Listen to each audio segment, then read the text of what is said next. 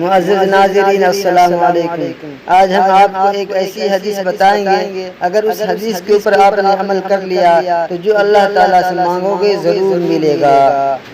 اللہ کے رسول صلی اللہ علیہ وسلم نے فرمایا، اس ذات کی قسم جس کے ہاتھ میں میری جان ہے، تم لوگ نیکی کا حکم دیتے رہو اور برائی سے منع کرتے رہو، ورنہ اللہ تعالیٰ تم پر ایسا عذاب مسلط کر دے گا کہ تم اللہ تعالیٰ سے دعائیں کرو گے لیکن تمہاری دعائیں قبول نہ ہوں گی۔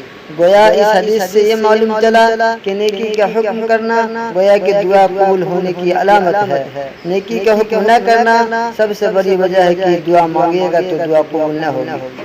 اسی لیے اللہ کے رسول نے فرمایا، اس ذات کی قسم جس کے ہاتھ میں میری جان ہے، تم لوگ نیکی کا حکم دیتے رہو اور برائی سے منع کرتے رہو، روکتے رہو، ورنہ اللہ تعالیٰ تم پر ایسا عذاب مسلط کر دے گا کہ تم اللہ تعالیٰ سے دعائیں کرو گے، مانگو گے، گر گراؤ گے، لیکن تمہاری دعا قبول نہ ہوگی۔ دعا قبول نہ ہونے کی سب سے بڑی وجہ کیا ہے؟ امر بالمعروف نہی عن المنکر کو چھوڑ دینا۔ اسی لیے ہمیں آپ کو چاہیے کہ امر بالمعروف نہی عن المنکر کے اوپر عمل کریں اور اللہ کے رسول صلی اللہ علیہ وسلم کی بتائی باتوں کو عام اور تام کریں۔